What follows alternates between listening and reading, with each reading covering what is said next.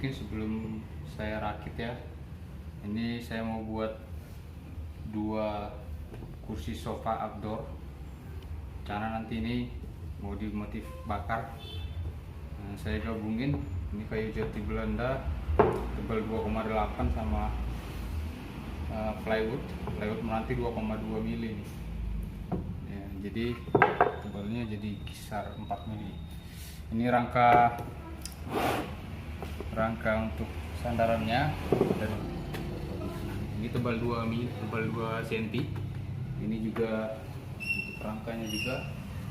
Dan di sini ada kakinya 2 pasang, saya sudah rakit sih, saya sudah rangka. Ini nanti tinggal pasang untuk 2 buah. Ini saya lapis dengan HDF ya, HMR yang tahan air, karena rencana memang dibuat di teras. Jadi nah ini tadi modelnya seperti ini ya. Ini ada 2. Ini seperti ini. Jadi buat teman-teman yang mau buat, gampang kok caranya,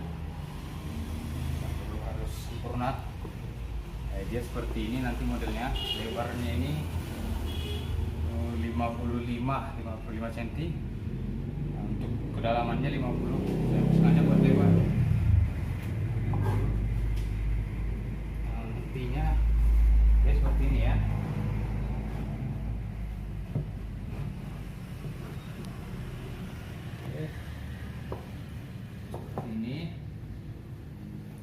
Seperti ini ya, saya tunjukin gimana cara merangkai dan merakitnya.